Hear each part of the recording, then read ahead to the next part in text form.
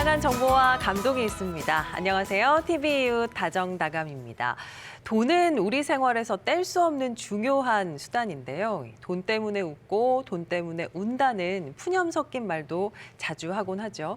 그래서일까요? 부모, 자식, 형제, 그리고 배우자와 친구처럼 가장 가깝다고 여겨지는 관계에서 이 돈 문제 때문에 순식간에 틀어지는 경우를 흔히 볼 수 있습니다.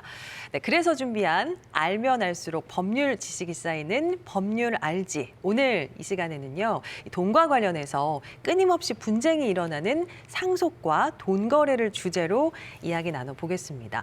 지금부터 화나고 억울하고 또 답답한 여러분의 법률 고민을 덜어드릴 두 분 변호사 모셨습니다. 이국희 변호사, 배철욱 변호사 두 분 어서 오세요. 안녕하세요. 예, 반갑습니다. 돈이 얽히게 되면요, 아무리 친한 친구 사이라고 해도 또 심지어는 가족 간에도 크고 작은 다툼이 발생하곤 하는데요. 돈과 관련된 문제가 이렇게 계속 끊이지 않고 발생하는 이유 뭐라고 보시나요, 배 변호사님? 사실 돈 문제라는 게 한마디로 정의할 수 없을 정도로 매우 다양한데요. 변호사로서 많은 분들을 상담해 보면 아, 이게 이렇게 되는 거였어? 이런 말씀을 참 많이 듣습니다.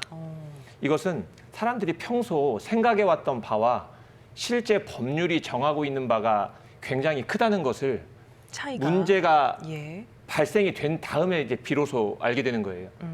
따라서 그 돈 문제라는 것은 누구나 그리고 언제나 겪을 수 있는 문제이기 때문에 최소한의 법률 상식은 알아두는 게 필요합니다. 예, 그렇죠. 저희가 오늘 상속에 관련된 얘기를 좀 해볼 텐데 이 상속이라는 것이 돈의 많고 적음을 떠나서 가족이 있다면 한 번쯤은 겪어야 하는 일이 될 수 있기 때문에 좀 제대로 알아두고 분쟁을 막는 게 참 현명할 것 같습니다. 이국희 변호사님, 상속으로 인한 가족 간의 다툼 문제 발생 추이가 좀 어떤 편인가요? 네, 재벌가에서 흔하게 형제의 난이라고 불리는 상속재산을 둘러싼 가족 간의 소송을 들어보셨을 겁니다. 네. 예, 하지만 실제 상속소송은 재산이 많은 부유한 집안에서만 일어나는 것이 아니라 우리 주변에서도 빈번하게 발생하는 소송이라고 보시면 됩니다. 통계적으로도 이를 확인할 수 있는데요. 여기 대법원에서 발표한 자료에 따르면 서울가정법원에서 접수된 상속재산 분할 소송 건수만 해도 지난해 628건으로 4년 전이 2016년보다 2배가량 늘었고 네. 매년 계속해서 증가하고 있는 것을 보실 수 있습니다. 아무래도 과거보다 가족 간의 유대가 약해지면서 예전에는 억울해도 가족이라는 이유로 참았지만 이제는 더 이상 참지 않고 소송을 제기하는 추세로 보입니다. 좀 안타까운 부분이지만 가족 간의 유대가 약해진 것도 상속 소송으로 가는 하나의 원인이 될 수 있다는 말씀이신 것 같은데요. 그리고 또 요즘에는 이 상속 외에도요, 증여로 인해서 또 다른 문제들이 생겨나고 있다고 하더라고요. 상속과 증여가 어떤 차이가 있는 건지 먼저 좀 개념을 정리하고 가볼까요? 네, 상속과 증여 모두 두 가지 모두 아무런 대가 없이 재산을 그러니까 무상으로 이전받는 것은 동일합니다. 네. 이런 공통점 때문에 상속과 증여를 혼동하는 경우가 가끔 있습니다. 먼저 상속은 한 사람이 사망할 경우에 고인의 재산이 그대로 가족에게 이전되는 것을 말합니다. 네. 반면 증여는 재산을 주는 사람뿐만 아니라 받는 사람도 승낙을 해야 하는 일종의 계약입니다. 상속과 증여는 크게 4가지 차이점이 있습니다. 첫 번째 차이는 발생 시점입니다. 네. 부모님이 돌아가신 뒤 물려받으면 상속, 살아계실 때 물려주시면 증여가 됩니다. 두 번째 상속은 배우자, 자식, 부모, 형제자매 등으로 법적으로 그 대상자가 정해져 있는데 증여는 내가 원하는 누구에게나 줄 수 있습니다. 세 번째 상속은 각자의 상속 비율이 법으로 정해져 있고 네. 증여는 내가 원하는 사람에게 더 많은 재산을 줄 수도 있습니다. 그래서 예를 들어서 나에게 효도를 하는 자녀에게 다른 자녀보다 더 많은 재산을 증여해 줄 수도 있는 것입니다. 마지막으로 세금 문제도 약간 차이가 있습니다. 이렇게 상속과 증여는 비슷하면서도 미묘한 차이가 있기 때문에 만약에 상속과 증여를 선택하시려면 전문가를 통해서 상담을 받은 다음에 자신에게 가장 적합하고 유리한 방향을 선택하는 것이 필요합니다. 예, 발생 시점, 대상, 비율 등으로 상속과 증여를 나누게 되는 거군요. 자, 그러면 어떤 상황이냐에 따라서 상속에도 또 종류가 나뉠 것 같은데 상속의 종류로 어떤 것들이 있나요, 이 변호사님? 네, 우리 민법에는 크게 상속 포기, 한정 승인 그리고 네. 단순 승인이 있습니다. 요 세 가지 제도는 고인의 재산과 빚의 규모에 따라 달라집니다. 먼저 상속 포기는 고인의 빚이 채무가 재산보다 많은 경우에 선택할 수 있습니다. 부모의 빚이 자녀에게 대물림되는 빚상속 문제를 해결하기 위해서 부모의 재산도 받지 않고 빚 채무도 상속받지 않는 것입니다. 두 번째는 한정 승인입니다. 상속받은 재산의 한도 내에서만 빚을 갚는 것입니다. 역시 부모의 빚을 자녀가 물려받는 것을 해결하는 방법입니다. 네. 마지막으로 단순 승인이 있습니다. 상속 재산이 빚보다 많은 경우에 자녀가 재산도 받고 빚도 모두 받는 것입니다. 여기서 주의해야 되는 점이 빚이 재산보다 많아서 상속 포기나 한정 승인을 하는 경우에는 반드시 사망 시점으로부터 3달 이내에 해야 된다는 것입니다. 그리고 방법도 그냥 상속 포기한다는 것이 아니라 법원에 신청해야 된다는 겁니다. 예. 3개월이 지나면 단순 승인이 되어서 부모의 빚을 대신 갚아야 된다라는 것을 알고 조심하셔야 합니다. 예, 상속받는 재산과 빚의 종류에 따라서 나눠볼 수 있네요. 같은 상속이더라도 또 상황에 따라서 그 종류가 달라질 것 같거든요. 그래서 지금부터는 사례를 통해서 좀 더 쉽게 여러분과 이야기를 나눠보도록 하겠습니다. 먼저 소개해드릴 사연은요. 유언장이 없는 경우에 재산 분할을 어떻게 해야 되는지에 대해서 물어오셨습니다. 6남매 중 넷째 딸입니다. 다름이 아니라 얼마 전에 아버지가 갑작스럽게 돌아가셨습니다. 별다른 지병이 있으셨던 것도 아닌데 말이죠. 황망함도 잠시 아버지가 남겨두고 가신 재산을 어떻게 나눌 것인가에 대해서 6남매가 모여서 이야기를 나누게 됐는데 아버지께서 별다른 유언을 남기지 않으셨으니 장남인 큰오빠가 아버지의 재산의 80%를 갖고 나머지를 5명이 나눠 가지자 이렇게 말하더라고요. 재산 분할로 싸우는 건 남의 이야기인 줄 알았는데 장남인 큰오빠가 이렇게 먼저 말하니까 속상했습니다. 아무리 생각해도 이건 아닌 것 같아서 답답한 마음에 사연 보내봅니다라고 하셨습니다. 그러니까 장남인 큰 오빠에 대한 어떤 속상한 마음이 담겨 있는 사연이었는데요. 갑자기 이제 큰 오빠분이 아버지 재산의 80%를 가져간다고 하니까 좀 놀라기도 하시고 속상하기도 하셨을 것 같습니다. 이 변호사님, 사연 보내주신 이 분의 상황처럼 유언장이 없는 경우에 재산 분할 어떻게 해야 됩니까? 네. 이 유언장이 없는 경우가 상속 소송 중 가장 흔히 발생하는 경우 중에 하나입니다. 여전히 부모도 장남에게 많이 물려주고 싶어하고 장남 스스로도 많이 받으려고 하는 문화가 남아있기 때문입니다. 그런데 법적으로는 장남이든 막내든 아들이든 딸이든 자녀들은 모두 같은 비율로 상속받게 되어 있습니다. 그래서 상담하신 사례에서도 장남인 큰오빠가 상속재산 분할을 80%나 가져갈 권한은 전혀 없습니다. 자녀들이 모두 같은 권한을 갖는다고 보시면 됩니다. 화면에서 보시는 바와 같이 상속재산을 분할하는 방법에는 크게 3가지가 있습니다. 아까 아나운서님 말씀하신 대로 부모님이 생전에 유언장으로 어떻게 분할하라라는 기준을 정할 수 있습니다. 네. 이때는 부모님이 재산을 누구에게 어느 정도로 물려줄지를 직접 정하는 방식입니다. 그런데 두 번째, 이 사안처럼 유언이 없다면 공동상속인 간의 협의 분할로 재산을 나눌 수가 있습니다. 이때 모든 자녀들 공동상속인 전원이 합의해야 되고 단 한 명이라도 반대를 하면 협의가 성립되지 않습니다. 마지막으로 유언도 없고 공동상속인 전원의 합의가 어렵다 하면 어쩔 수 없이 법원에 상속재산 분할 심판 청구를 제기해야 합니다. 네. 예, 그리고 여기서 하나 더 말씀드릴 수 있는 부분이 바로 유류분입니다. 만일 부모가 한 명의 자식에게 전 재산을 다 물려주고 떠난다고 해도 재산을 물려받지 못한 자식이 소송을 내면 그 자녀의 법정 상속 기분의 절반에 해당하는 몫인 유류분을 반환받을 수 있습니다. 이것을 유류분 반환 청구 소송이라고 합니다. 네. 또 하나 고려할 수 있는 것이 특별 수익 특별수익이라는 것과 기여분이라는 것입니다. 특별수익은 부모님이 살아계실 때 특정한 자녀가 미리 물려받은 재산을 의미합니다. 네네. 전세 자금을 받거나 사업 자금을 받거나 아파트를 증여받는 경우입니다. 이런 경우 많이 있죠. 네, 이런 때는 특별수익을 받은 자녀는 상속재산을 미리 받은 것이기 때문에 그만큼 상속재산을 분할을 적게 받거나 아예 안 받을 수 있습니다.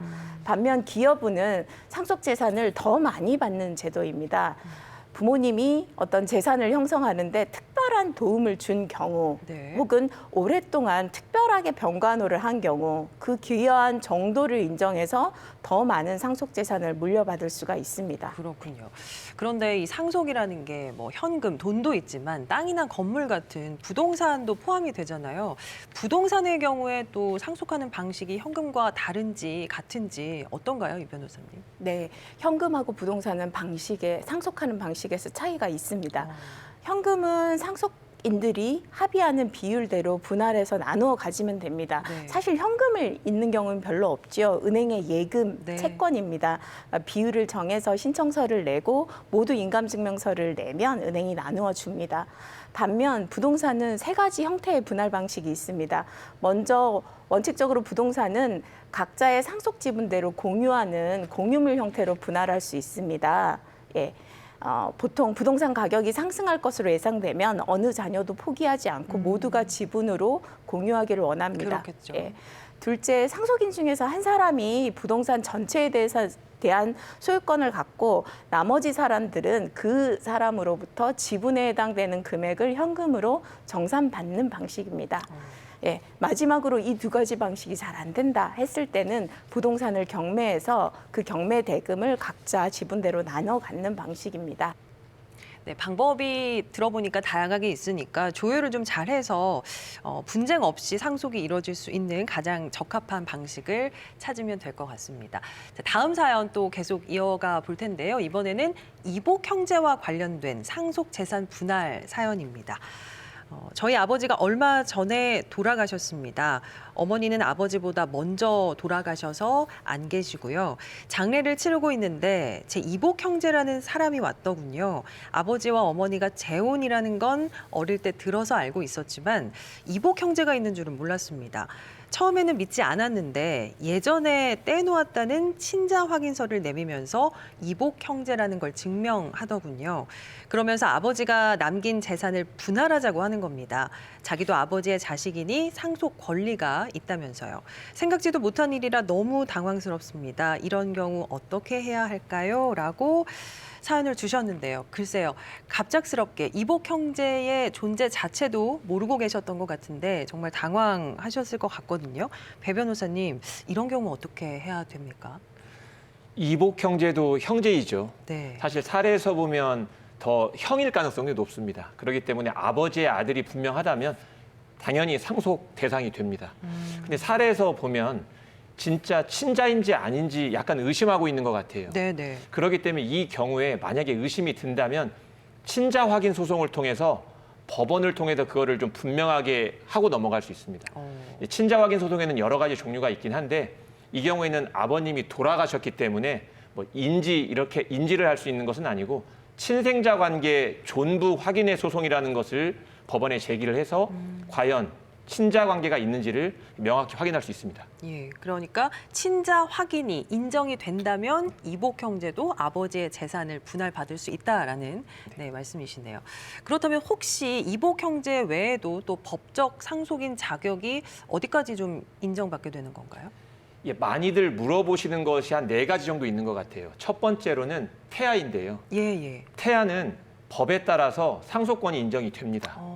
다만 그 태아가 살아서 출생을 해야 되고요. 예. 만에 하나 불행하게도 사산하는 경우라면 원래부터 상속받지 못한 것으로 상속권이 인정되지 않고요. 네. 두 번째로는 이혼 중인 배우자를 예로 들 수 있습니다.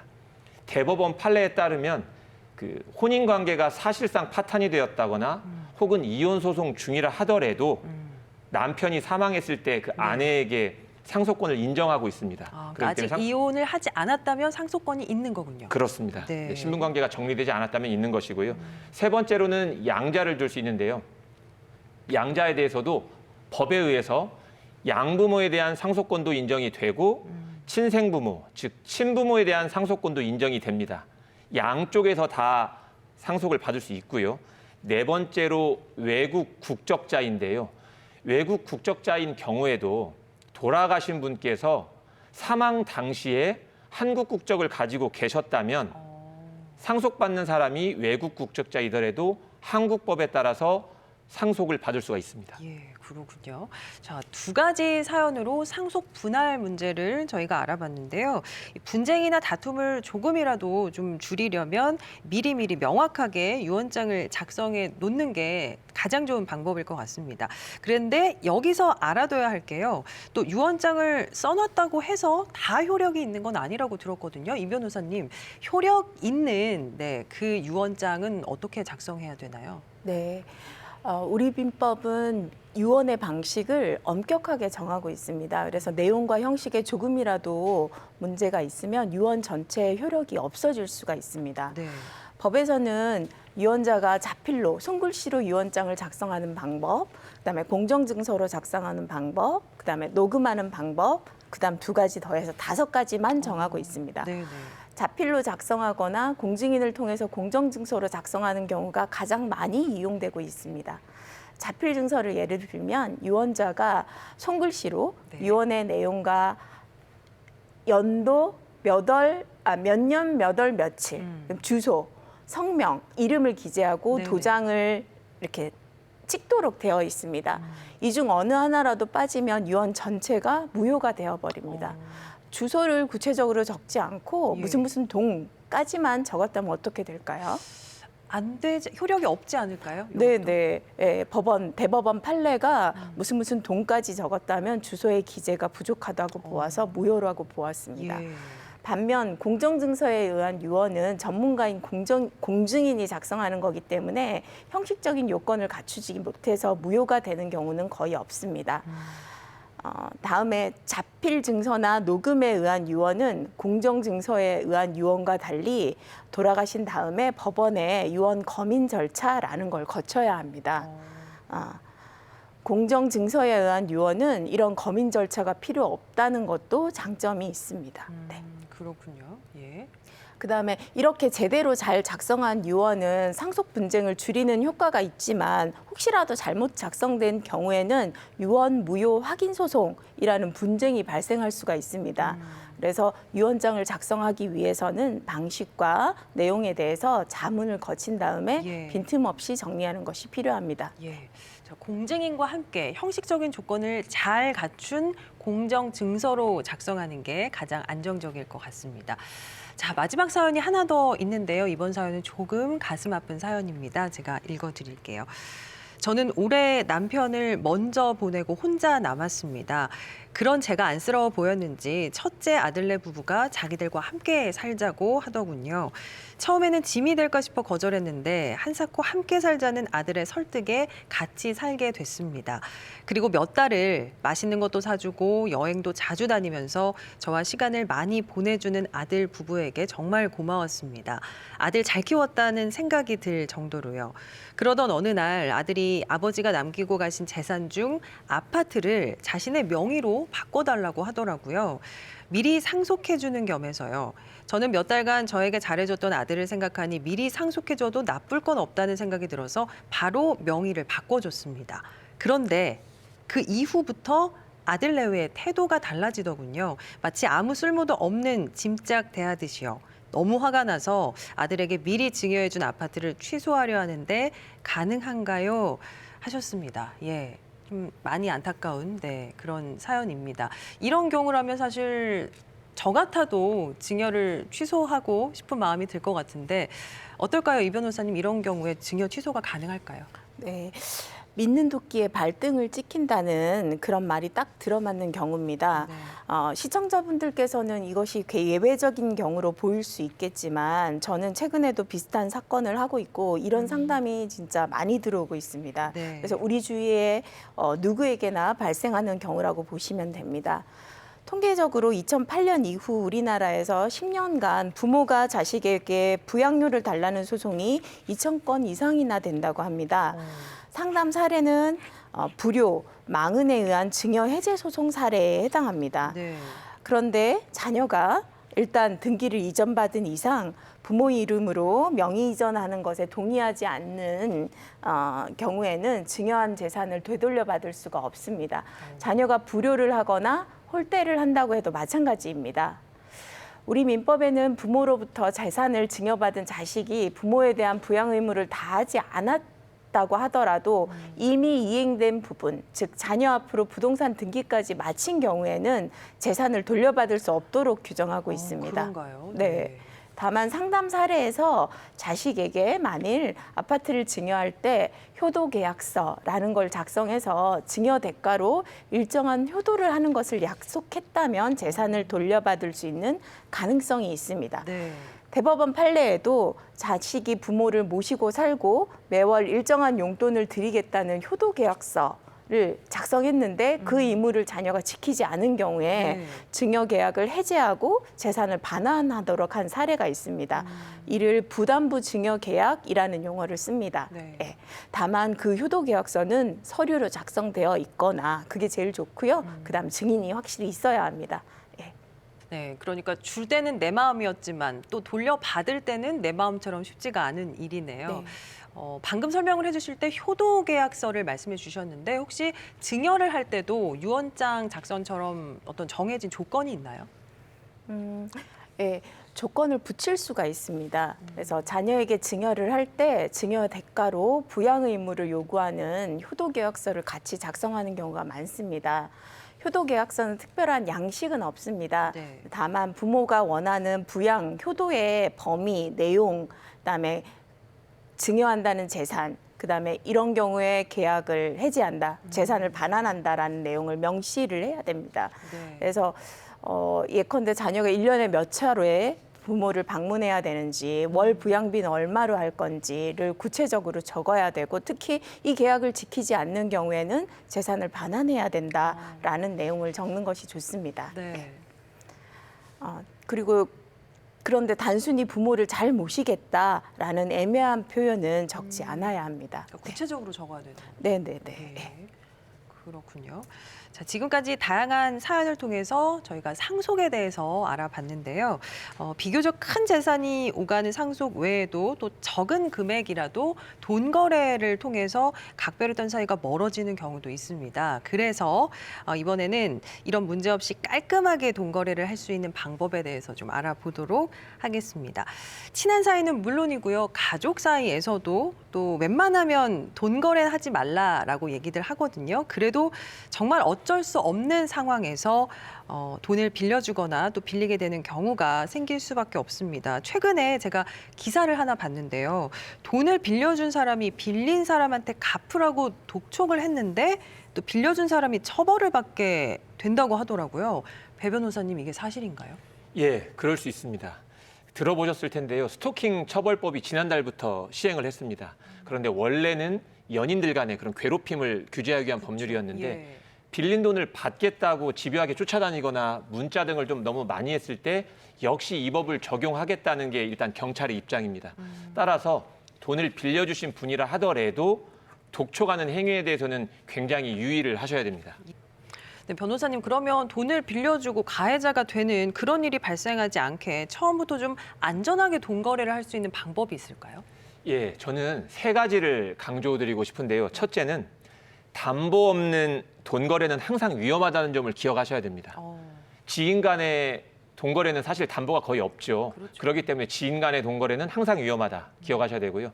두 번째로는 상대방이 돈이 없으면 차용증이 있든 공정증서가 있든 판결문이 있든 다 소용이 없다는 것입니다. 돈 없는 사람에게 돈 받을 수 있는 판결문은 무의미하다. 이거 분명히 기억하셔야 됩니다. 네. 마지막으로 강조드리고 싶은 것은 그래도 빌려줘야겠다라고 하시면 차용증도 쓰시고 송금, 계좌 송금을 통해서 흔적을 잘 남겨놓으시라. 이렇게 강조드리고 싶습니다. 예.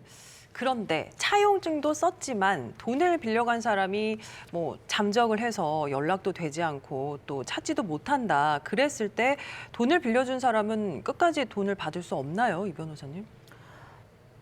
네, 안타깝지만 대부분의 경우에는 현실적으로 돈을 돌려받을 수가 없습니다. 예, 법적으로 대여금 반환 소송을 제기를 하면 현재 주소지를 확인할 수 있고 직접 찾아가서 반환을 요구할 수는 있습니다. 하지만 잠적까지 했다는 것은 돈을 반환할 의사가 전혀 없다는 것이고 대부분 앞에 배 변호사님 말씀하신 대로 다른 사람 명의로 이미 돈을 빼돌렸다는 것입니다. 네. 다만 처음부터 돈 갚을 의사가 없으면서 돈을 빌렸다면 거짓말을 한 경우고 이건 형법적으로 사기죄에 해당됩니다. 형사 고소를 하면 형사처벌을 면하기 위해서라도 일부라도 반환받을 수가 있습니다. 네. 하지만 가족 간에는 형사 고소하기도 그렇죠. 어려울 뿐만 아니라 네. 친족 상도례가 적용되기 때문에 처벌되지 않는 경우가 많습니다. 가장 분쟁을 막는 가장 좋은 방법은 뭐 웬만하면 돈 거래를 하지 않는 게 최선일 것 같고요. 돈 거래를 꼭 해야 하는 상황이라면 자신이 감당할 수 있는 만큼만 빌려줘야겠다는 거 오늘 배웠습니다. 스스로 해결하기 힘들다면 전문가를 찾아가는 것도 방법이 될 것 같습니다. 두 분 오늘 나와주셔서 고맙습니다. 감사합니다. 네, 오늘 저희가 준비한 소식은 여기까지입니다. 편안한 저녁 보내시고요. 저희는 내일 다시 인사드리겠습니다. 고맙습니다.